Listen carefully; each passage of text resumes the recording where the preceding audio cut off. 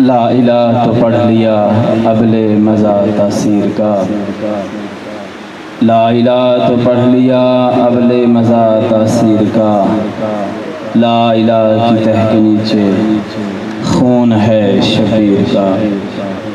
لا الہ کے پڑھنے والوں لا الہ سے پوچھ لو، لا الہ تو بچ گیا گھر لٹ گیا شبیر کا۔ اب آپ کے سامنے جناب علامہ مولانا مختار حسین غفاری صاحب آف کراچی ذکر فضائل و مسائل محمد و آل محمد علیہ السلام بیان فرمائیں گے بآواز بلند صلوات۔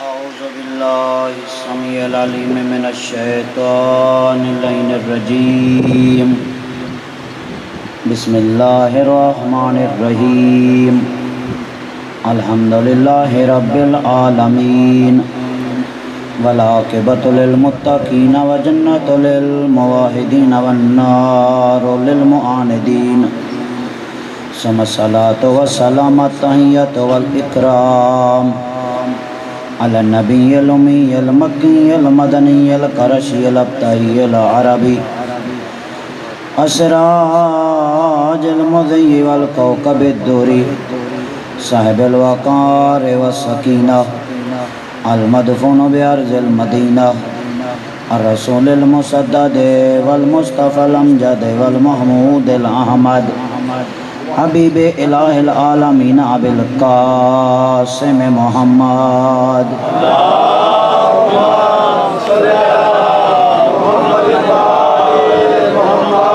الذی المراج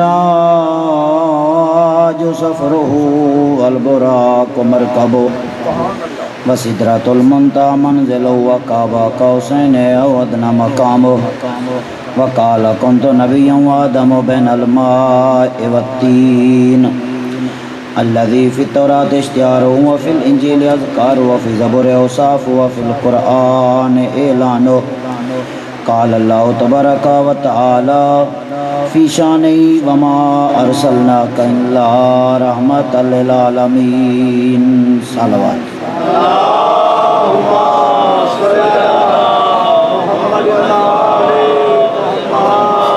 اما بعد فقد قال اللہ تبارک و تعالی فی کتاب المجید و فرقان الحمید، بسم اللہ الرحمن الرحیم، احسب الناس ان یترکوا ان یقولوا آمنا وهم لا یفتنون صلوات۔ اللہم صل علی محمد عزیزان گرامی، ہمارا سلسلہ گفتگو آزمائش مومن اور قرآن آج چھٹے مرحلے میں داخل ہو رہا ہے۔ پروردگار عالم نے ارشاد فرمایا افحسبتم ان تدخلوا الجنۃ، صلوات پڑھے محمد و آل محمد۔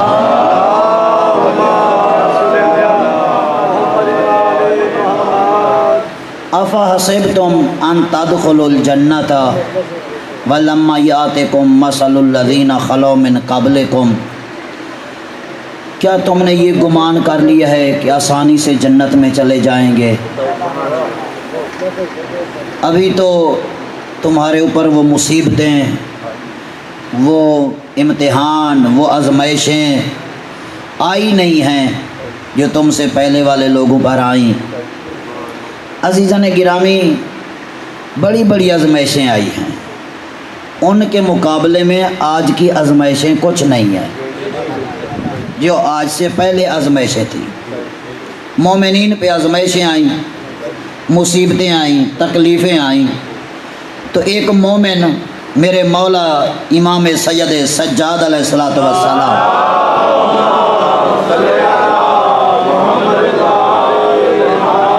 امام زین العابدین علیہ الصلوۃ والسلام کی خدمت میں آیا، کہتا ہے مولا کب تک ایسا ہوگا، ہم کب تک یہ برداشت کرتے رہے، اتنی تکلیفیں، اتنی مصیبتیں۔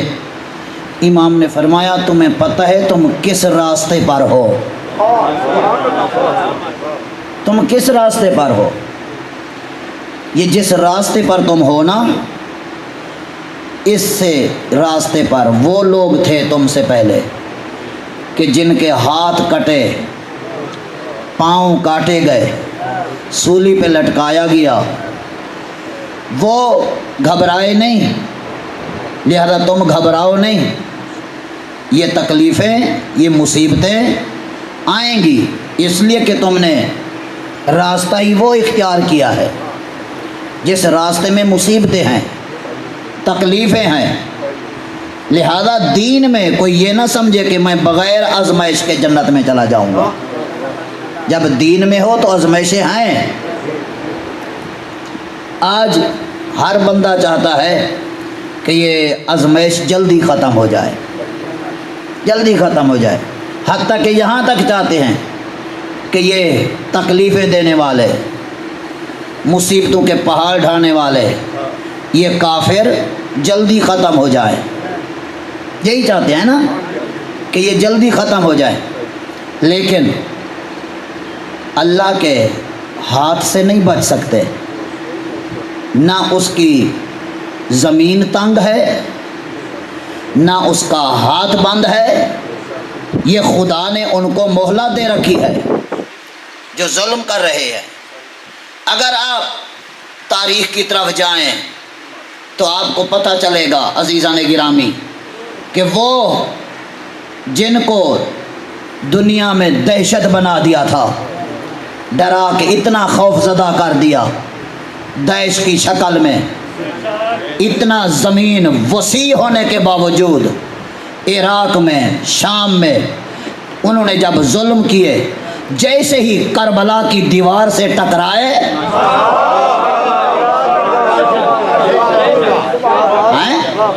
جیسے ہی کربلا کی دیوار سے ٹکرائے تو وہ زمین جو اتنا وسیع ہے، اتنا وسیع ہے، اس میں چھپنے کی کوشش کر رہے تھے، زمین نے انکار کر دیا،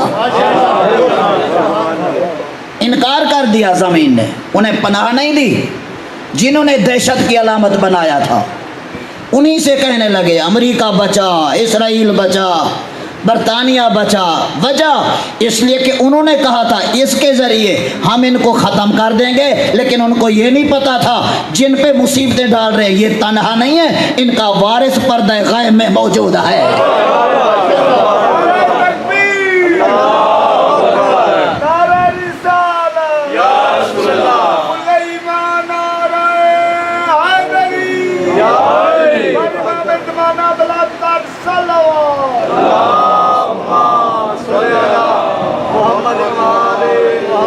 عزیزان گرامی، یہی وجہ ہے کہ دیکھیں مسجدوں میں بم دھماکے ہوئے، بسوں سے اتار اتار کے قتل کیا گیا، امام بارگاہوں میں، مجالس میں فائرنگیں کرائی گئی، لیکن اس کے باوجود کیا عزادار ختم ہو گئے؟ نہیں۔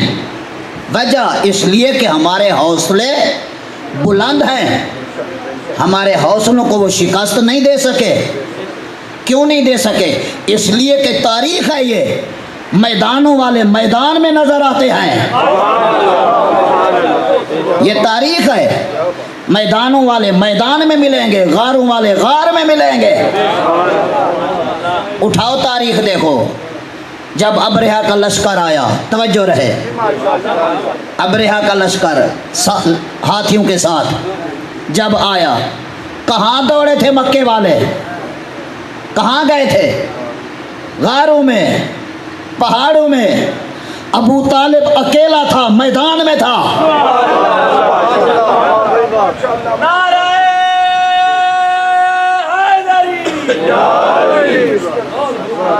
توجہ فرمائی آپ نے؟ جب وہ ہاتھیوں کے ساتھ ابرہہ لشکر لے کے آیا تو مکے والے پہاڑوں میں غاروں میں ابو طالب اکیلا تھا، وہ کل بھی میدان میں تھا ہیں، اور پھر یہی وجہ ہے ابو طالب اکیلا میدان میں تھا، اور آگے جب بھی اسلام پہ حملہ ہوا اولاد ابو طالب میدان میں نظر آئی۔ یہی وجہ ہے آج ہم سر اٹھا کے دشمن سے کہتے ہیں جاؤ دیکھو بدر کا میدان ہمارا، احد کا میدان ہمارا، خندق کا میدان ہمارا، غدیر کا میدان ہمارا۔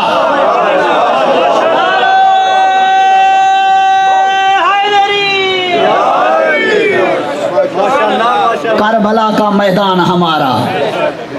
لہذا وہ زمانہ اور آج کا زمانہ یاد رکھو، میدانوں والے میدان میں ملیں گے، غاروں والے غار میں ملیں گے۔ اور یہی تو وجہ ہے عزیزان گرامی کہ آج جب دیکھا کہ جو اپنے آپ کو سپر پاور کہلاتا ہے سمندروں کے راستے سے جب آنا چاہا ان کی طرف جو کسی کا انتظار کر رہے ہیں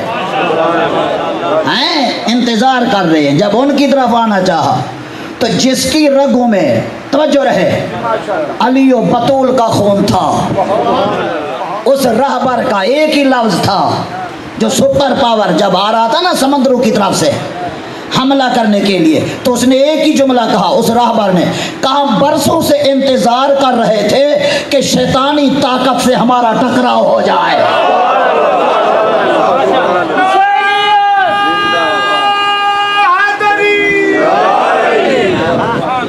کہا ہم برسوں سے انتظار کر رہے تھے کہ ان شیطانی طاقتوں سے ہمارا ٹکراؤ ہو جائے۔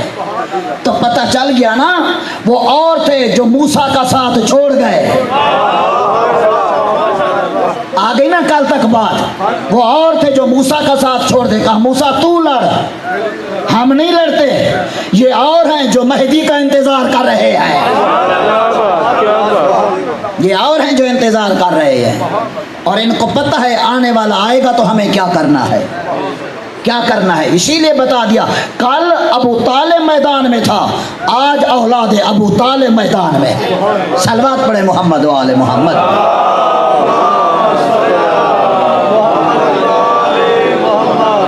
لہذا عزیزان گرامی دشمن نے کوشش کی، مار کے دیکھا، زندانوں میں ڈال کے دیکھا، مسجدوں میں بم دھماکے کر کے دیکھا، کہا یہ تو وہ ہیں، ان کو جتنا مار رہے ہیں ان کا عقیدہ اور مضبوط ہوتا جا رہا ہے، لہٰذا یہ تو کام ہی نہیں ہو رہے۔ اب دشمن نے کیا کیا؟ اندر سے تمہارے نظریے پہ حملہ کیا۔ اب دشمن نے کہا ادھر سے تو ناکام ہو گئے، اب نظریے پہ تمہارے عقیدے پہ حملہ کیا۔ یاد رکھو جو بھی آ کے اس منبر پہ اختلاف کی بات کرے سمجھو یہ وہاں سے آیا ہے۔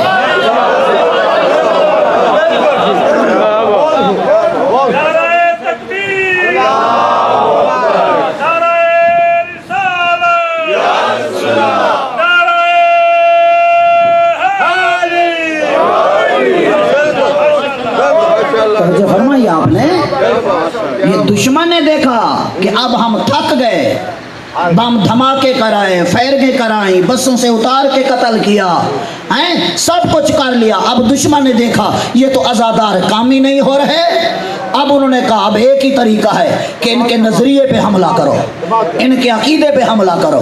لہذا اب جو بھی آ کے اختلاف کی بات کرے سمجھ جاؤ یہ وہاں سے آیا ہے، سمجھ جاؤ یہ کسی کا بھیجا ہوا ہے۔ کیوں؟ اس لیے کہ حسین کسے کہتے ہیں؟ حسین اسے کہتے ہیں کہ جس نے جوڑنا سکھایا ہے توڑنا نہیں سکھایا۔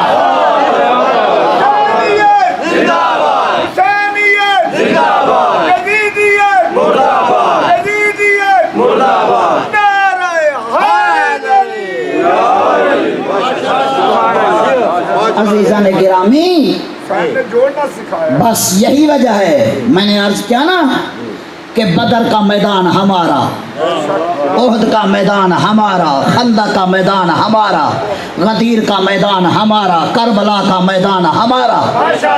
لہذا یہی وجہ ہے میدان والے میدان میں ملیں گے، غاروں والے غار میں ملیں گے۔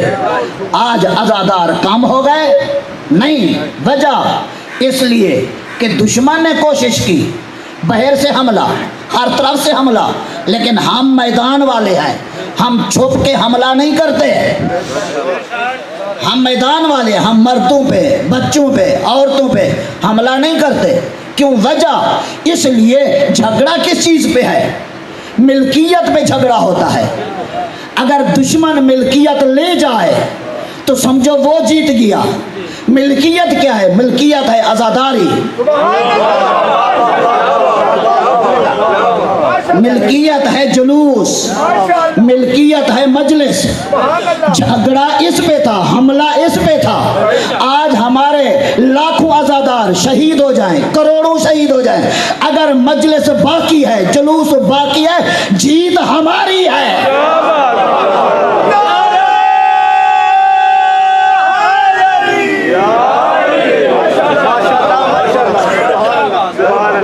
اس لیے کہ ہم آزمائش کے مرحلے میں پیچھے ہٹنے والے نہیں ہیں، ہم ثابت قدم رہنے والے ہیں۔ اور یہ حسین نے سکھا دیا ہمیں، یہ حسین نے سکھایا ہے۔ دیکھو کون حسین؟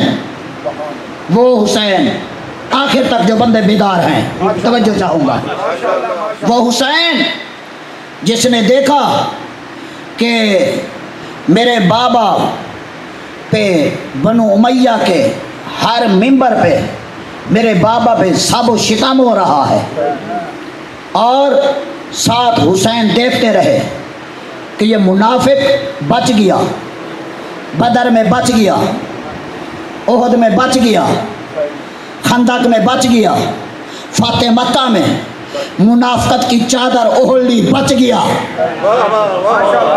بچ گیا۔ حسین نے کہا ان کو ایسی شکست دوں گا، ایسی شکست دوں گا کہ دشمن یاد رکھے گا کہ 90 سال تک، 90 سال توجہ رہے، 90 سال بنو امیہ کے ہر ممبر پہ میرے بابا پہ ثابت ستم ہو رہا تھا، اور ان کو ایسی شکست دوں گا کہ لعنت کا توق اٹھا کر بنو امیہ کے گلے میں ڈال کے ایسا بنا دوں گا کہ قیامت تک ہر منبر پہ میرے بابا کے فضائل ہوں گے، ان پہ لعنت ہو۔ حسینیت زندہ باد، حسینیت زندہ باد، یزیدیت مردہ باد، یزیدیت مردہ باد، نعرہ حیدری۔ ماشاءاللہ ماشاءاللہ۔ 365 دن ہیں سال کے، 365 دن۔ کہتے نا حسین نے کیا کیا؟ حسین نے ایسا انتقام لیا ہے، ایسا انتقام لیا ہے۔ بھائی نے کیا کیا تھا؟ اعتراف جرم کرایا۔ اگر آپ تاریخ سے واقف ہیں، حسن نے اعتراف جرم کرایا۔ کیسے کرایا؟ جب صلح نامہ لکھا گیا، تاریخ طبری میں دوسری تاریخوں میں موجود ہے وہ صلح نامہ۔ اس تاریخ جو ہے اس میں جو صلح نامہ تھا، اس میں حسن نے یہ شرط لکھی کہ میرے بابا علی امیر المومنین پہ جو سب و شتم ہو رہا ہے یہ بند ہوگا۔ یعنی اس کا مطلب ہے ہو رہا تھا، ہو رہا تھا، تبھی تو حسن نے لکھا نا۔ تو انہوں نے مان لی اس بات کو، حاکم نے مان لیا، تو معلوم ہوا حسن نے اعتراف جرم کرایا اور حسین نے کربلا میں سزا دی۔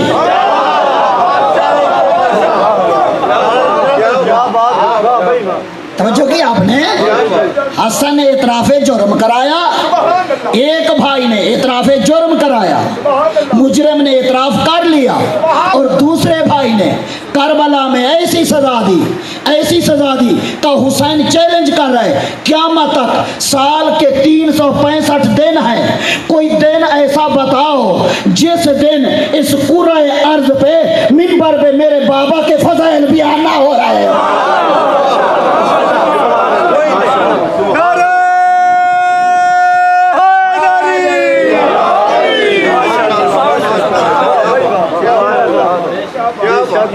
تو جو کہ آپ نے, ہم اس حسین کے ماننے والے ہیں. ہم میدان میں نظر آئیں گے اور یہ حسین نے ہمیں سکھایا ہے.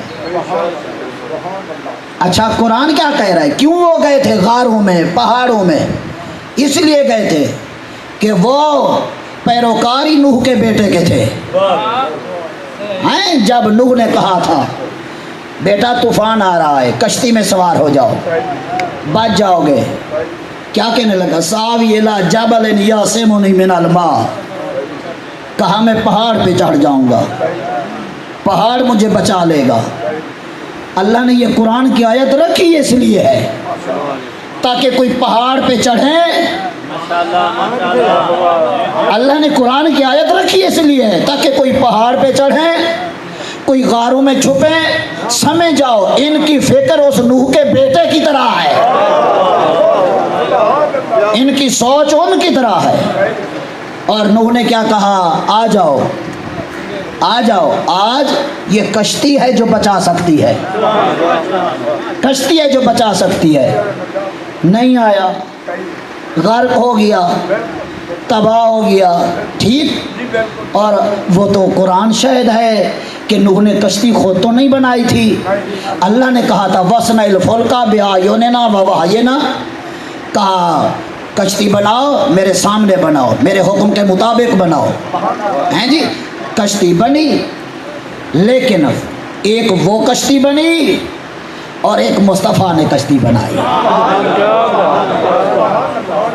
بس تفصیل میں نہیں جانا, دو جملے عرض کرنے ہیں. فرق کیا ہے اس کشتی میں اور اس کشتی میں؟ اگر دنیا کو فرق کا پتہ چل جائے تو کسی کو بلانے کی ضرورت نہیں, وہ خود ڈھونڈیں گے جو مصطفیٰ نے کشتی بنائی وہ ہے کہاں, وہ خود ڈھونڈیں گے. فرق یہ ہے, پہلا فرق یہ ہے کہ نوح کی کشتی کا ہر تختہ لکڑ کا تھا, جو مصطفیٰ نے کشتی بنائی ہر تختہ نور کا تھا.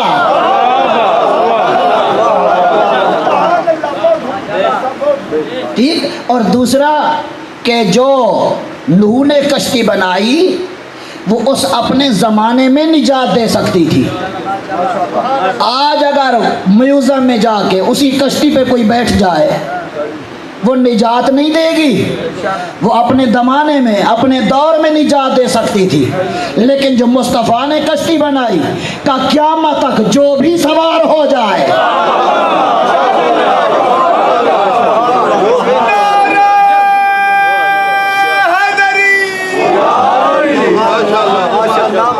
جی, بس یہی وجہ ہے کہ آج جب بھی مرحلہ آزمائش آتا ہے مومن پہ ہمیشہ اسی کشتی کا سہارا لیتے ہیں کیونکہ نجات اسی میں ہے.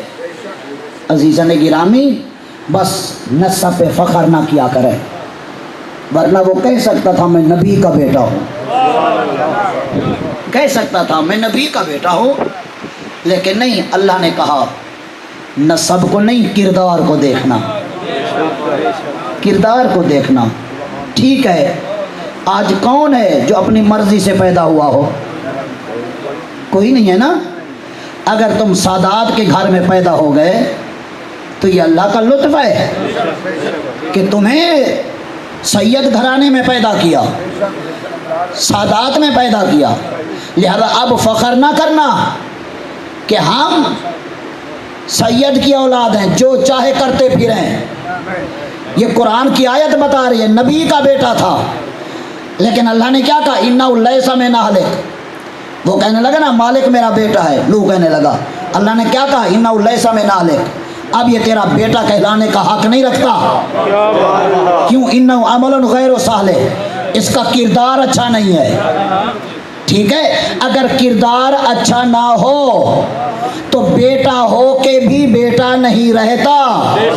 اگر کردار اچھا ہو, وہ رشتہ کوئی بھی نہ ہو, پھر بھی السلمان منا اہل البیت بن جاتا ہے. یہ کردار تھا جو سلمان کو یہ تمغہ مل رہا ہے۔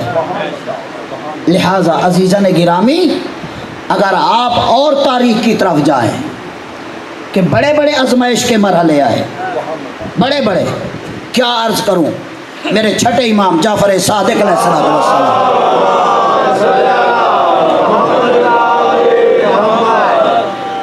امام بازار سے گزر رہے ہیں، مروان کا پوتا، مروان جس کا ظلم چھپا ہوا نہیں ہے، مروان کا پوتا احمد اس کا نام ہے، امام کے سامنے آیا، امام کے ہاتھ چومے، رونے لگ گیا۔ امام نے فرمایا کیوں رو رہے ہو؟ کہا اس لیے رو رہا ہوں کہ میرا تعلق شجرہ خبیثہ سے ہے، میرا تعلق شجرہ خبیثہ سے ہے، اس لیے رو رہا ہوں۔ امام نے فرمایا سنو، من اتبعنی فإنہ منی، جو ہماری پیروی کرے وہ شجرے کی طرف نہیں، تو نہ گھبرا۔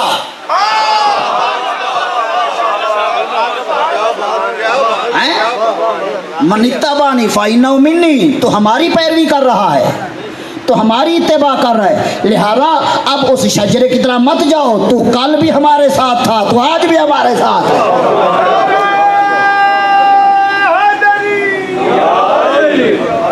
تو دیکھا کردار کہاں سے کہاں لے آتا ہے۔ کہا تو ہمارے چاہنے والوں میں سے ہے، ہمارے محبوں میں سے ہے، لہذا تو اس شجرے کو چھوڑ، تیرا کوئی تعلق نہیں اس شجرے سے۔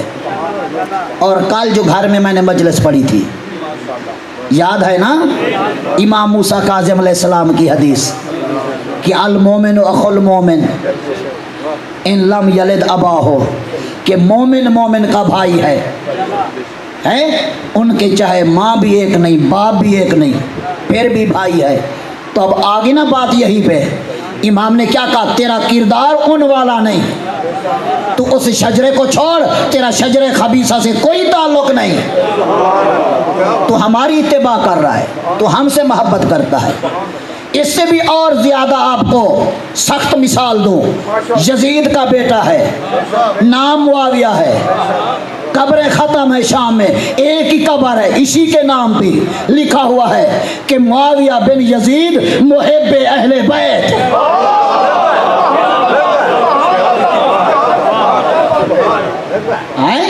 یہ کیوں لکھا ہے قبر پہ کہ معاویہ ابن یزید محب اہل بیت؟ اس لیے کہ جو بھی آئے اس کو پتہ چل جائے نام پہ نہیں جانا، کردار پہ جانا ہے۔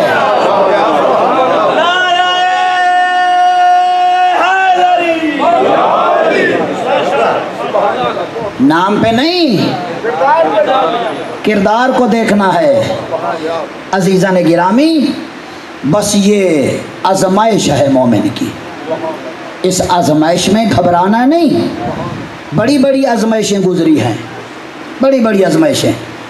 آج یہ آزمائش کیا ہے تمہارے لیے؟ کچھ بھی نہیں ہے، لہذا ان آزمائشوں میں ثابت قدمی دکھانی ہے، اور جو ثابت قدم رہا وہی کامیاب رہا۔ اور یہ تاریخ شاہد ہے، اٹھا کے دیکھ لو کہ اگر لوگ نبیوں کا ساتھ دیتے تو نبی ہجرت نہ کرتے، لوگوں نے نبیوں کا ساتھ نہیں دیا۔ آج کچھ لوگ کہتے ہیں نا کہ مولوی صاحب کو اتنا عرصہ ہو گیا ہے یہاں پیش نماز ہیں، ابھی تک سب کو نمازی نہیں بنا سکے ہیں، ان کو اپنی طرف مسجد میں نہیں لا سکے۔ کیا کیا ہے مولوی صاحب نے؟ یہ 15 20 25 40 بندے ہوتے ہیں، اتنے سارے مومنین ہیں، ان کو کیوں نہیں مولوی صاحب یہاں لا سکے؟ کہتے ہیں نا کچھ لوگ بھی مولوی صاحب کو ہدیہ بھی دیتے ہیں، خدمت بھی کرتے ہیں۔ کیا کیا ہے مولوی صاحب نے اتنے عرصے سے؟ یہی کہتے ہیں نا۔ تو ان کو ایک ہی جواب دو، کہو مولوی کا قصور نہیں، مولوی سے بعد میں پوچھنا، پہلے جاؤ صالح نبی سے پوچھو جس کے ساتھ کل 5 بندے تھے۔ نبی نے کتنا تبلیغ کی، کتنا کام کیا؟ ٹوٹل 5 بندے، ہود نبی کے ساتھ 7 بندے۔ بھئی نبی ہے، نبی کی نہیں مان رہے تو مولوی کی کیا مانیں گے؟ صلوات پڑھیں محمد و آل محمد پہ۔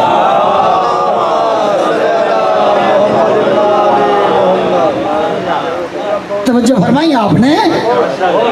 اللہ اس وقت توفیق دیتا ہے جب بندہ قدم بڑھاتا ہے. اللہ اس وقت توفیق دیتا ہے، پہلے قدم تو بڑھائے، اپنا ظرف تو اس قابل بنائے، پھر دیکھیں کہ اللہ توفیق دیتا ہے یا نہیں دیتا. لہذا اسی لیے پروردگار عالم نے بتا دیا کہ دیکھو جو بھی ہمارے راستے میں قدم بڑھاتا ہے ہم اسی کی رہنمائی کرتے ہیں، اسی کی رہنمائی کرتے ہیں. عزیزان گرامی، ہاں ایک بندہ جو کہتے ہیں بس مجھے نماز کی توفیق نہیں ہے، الزام خدا پہ، توفیق نہیں ہے. بھئی تو الارم لگا کے رکھ،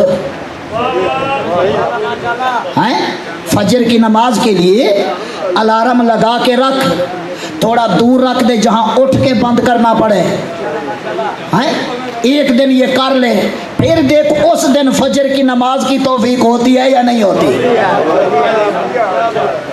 ہیں قدم تم نہ بڑھاؤ پھر کہو خدا کی توفیق نہیں ہے. صلوات پڑھے محمد و آل محمد.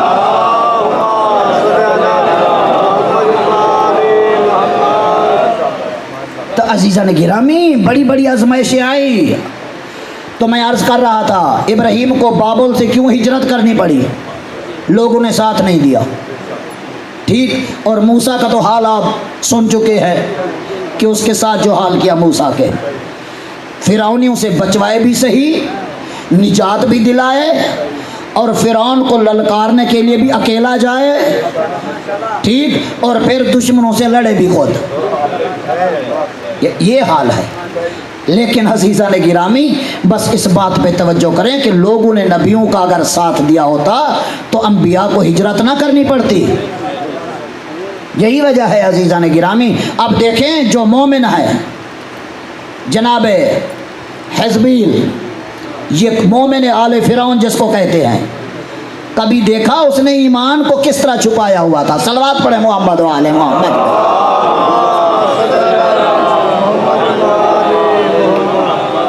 یہ فرعون کا رشتہ دار ہے، فرسٹ کزن ہے اس کا، اور پھر ولی عہد بھی ہے. توجہ رہے میری طرف. لیکن مومن ہے، لیکن مومن ہے، عبادت کر رہا ہے، چھپ کے عبادت کرتا ہے.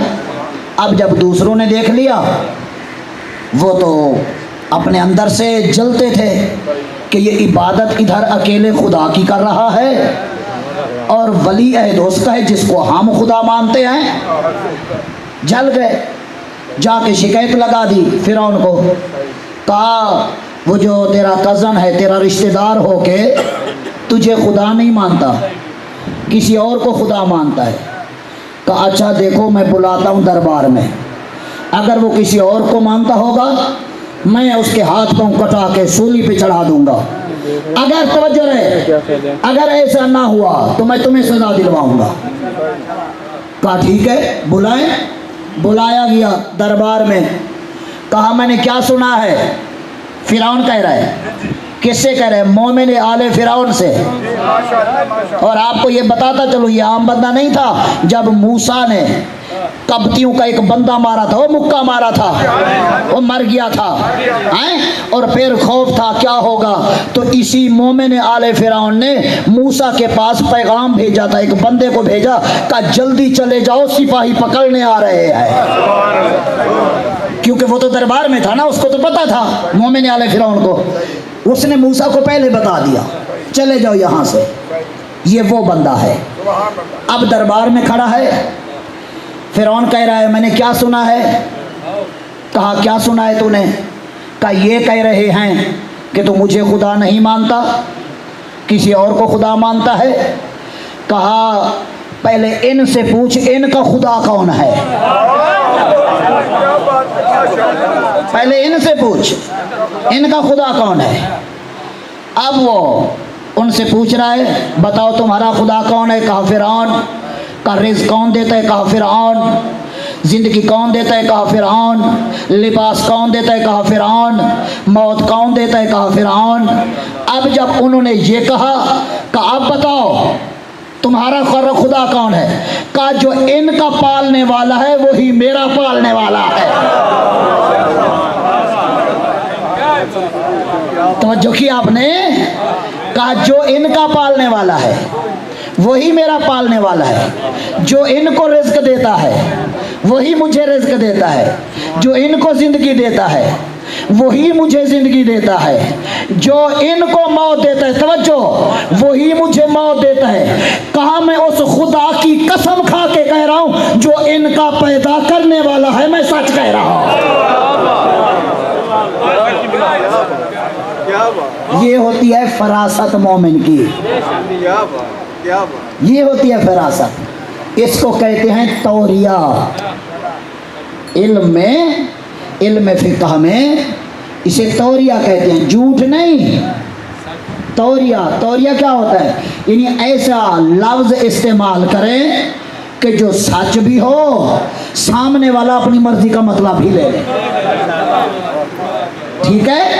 کیونکہ وہ تو جو کہہ رہا تھا فرعون تو سمجھ رہا تھا شاید مجھے کہہ رہا ہے کہ میں خدا ہوں، اور وہ کہہ رہا تھا سچ کہ یہ تو ہے نہیں پیدا کرنے والا، پیدا کرنے والا تو وہ ہے، رزق دینے والا تو وہ ہے، خلق کرنے والا تو وہ ہے، لہذا اسی لیے اس نے توریہ کر کے اپنے آپ کو بچا لیا۔ اسی وقت فرعون نے سینہ تان کے کہا جھوٹ بولتے ہو میرے رشتہ دار کے خلاف ہیں، اور میں ابھی تمہیں سزا دیتا ہوں۔ اسی وقت ان کے جسموں میں میخیں گڑھا کے اسی وقت ان کے ٹکڑے کرا کے سولی پہ چڑھا دیا۔ تو دیکھا جو کسی مومن کے خلاف سازش کرے اس کا انجام یہی ہوا کرتا ہے، اس کا انجام یہی ہوتا ہے۔ عزیزان گرامی، اس سے بھی سخت امتحان، گھبرا تو نہیں نہ گئے، کیونکہ آزمائش مومن، اس لیے یہ باتیں آ رہی ہیں تاکہ مومن آج آزمائش میں گھبرائے نہیں۔ جتنی بڑی تکالیف مصیبتیں آئیں مومن استقامت دکھائے گا، ہیں جی۔ اچھا، اب اس سے بھی سخت امتحان کیا ہے؟ اسی مومن آل فرعون، اچھا پھر اس کو کب شہادت ملی؟ کب شہادت ملی؟ جب موسیٰ کے عصا نے فرعون کے دربار میں کیا کیا؟ وہ جو جادوگروں کی رسیاں، جب موسیٰ کے عصا نے انہیں ختم کر دیا، اس وقت جادوگر ایمان لائے۔ جب وہ ایمان لائے، اب مومن آل فرعون نے کہا فرعون تو غلط ہے، اب کہا فرعون تو غلط ہے، دیکھ نہیں رہا رب کل بھی وہی تھا آج بھی وہی ہے۔ تو اس وقت کیا کیا؟ جب جادوگروں کو سزا دلوائی، اسی وقت اس مومن کو بھی سزا دیتی، اس طرح کہ ہاتھوں میں پاؤں میں لوہے کی میخیں گاڑ کے ہاتھ کاٹے گئے، پاؤں کاٹے گئے۔ دیکھیں ایمان آسانی سے نہیں بچتا، قربانیاں دینی پڑتی ہے، آزمائش کے میدان میں استقامت دکھانی پڑتی ہے، تب جا کے پتہ چلتا ہے کہ حقیقی ایمان کیا ہے۔ عزیزان گرامی، اب یہ شہید ہو گیا، اس کی بیوی مومنہ تھی، وہ فرعون کے دربار میں اس کی بچیوں کا سنگھار کرتی تھی، فرعون کی بیٹیوں کا۔ ایک دن کنگھی کر رہی تھی فرعون کی بیٹی کو، ہاتھ سے کنگھی گر گئی۔ جب کنگھی گری تو اس نے جب اٹھائی، مومنہ تھی، کہا بسم اللہ الرحمن الرحیم، بسم اللہ پڑھ کے کنگھی اٹھائی تو فرعون کی بیٹی چونک گئی، کہا یہ کون اللہ ہے جس کا نام لے کے تو کنگھی اٹھا رہی ہے؟ میرا بابا ہے نا؟ کہا نہیں، کہا نہیں، کہا اچھا تو میرے بابے کے علاوہ کسی اور کو خدا مانتی ہے؟ میں جا کے ابھی شکایت لگاتی ہوں بابا کو تیری، ورنہ توبہ کر۔ کہا کوئی توبہ نہیں، جا لگا دے شکایت۔ خواتین کا ایمان دیکھے کتنا مضبوط ہے، کہا جا لگا دے شکایت۔ چلی گئی، باپ سے کہا بابا وہ جو خاتون ہے نا وہ آپ کو خدا نہیں مانتی، تو کسی اور کو خدا مانتی ہے۔ کہا اچھا ابھی بلاتا ہوں۔ دربار میں بلایا، کہا چونکہ تو نے ہماری خدمت کی ہے میں آخری تمہیں مہلت دے رہا ہوں، تو مجھے خدا مان لے، مجھے خدا مان لے، آخری تمہیں مہلت دے رہا ہوں، ورنہ میں تمہیں قتل کرا دوں گا۔ مسکرا کے کہتی ہے نہ میں نے کل تجھے خدا مانا تھا نہ میں آج تجھے خدا مانتی۔ بیوہ ہے، شوہر شہید ہو چکا ہے، جذبہ ایمان دیکھیں، ظالم جابر کے دربار میں کھڑی ہے، کیا کہہ رہی ہے؟ نہ میں نے کل تجھے خدا مانا تھا نہ میں آج تجھے خدا مانتی ہوں، جو چاہے تو کر لے۔ اس کے دیکھے کوئی تقریباً 4 یا 5 بچے تھے اسی خاتون کے۔ اس نے کہا میں تیرے بچوں کو جلا دوں گا، کہا بھلے جلا دے۔ تانبے کا کڑاہا منگوایا، تانبے کا کڑاہا منگوایا، آگ جلوائی، اس کے ایک بیٹے کو ڈالا، جلتا دیکھ رہی ہے، مطمئن بیٹھی ہے۔ دوسرا ڈالا، دیکھ رہی ہے، تیسرا، چوتھا، آخری جو تھا وہ بچہ شیر خوار تھا، شیر خوار تھا، سینے سے لگایا ہوا تھا بچے کو۔ اب جب انہوں نے اس بچے کو چھینا تو تھوڑی سی ہچکچاہٹ ہوئی، گھبرائی۔ جب آخر ممتا کا دل تھا، آخر شیر خوار بچہ تھا۔ توجہ، اب دیکھیں ایمان کہتے کسے ہے۔ ہچکچاہٹ ہوئی، تھوڑی سی گھبرائی، جب شیر خوار بچے کو چھینا، جیسے ہی ہچکچاہٹ ہوئی نا، گھبراہٹ ہوئی، خدا کی قدرت سے وہی بچہ بولا کہ اماں نہ گھبرائیں، چند لمحے کی تکلیف ہے۔ اس کے بعد دیکھیں اللہ نے تیرے لیے ہمارے لیے کیا مقام رکھا۔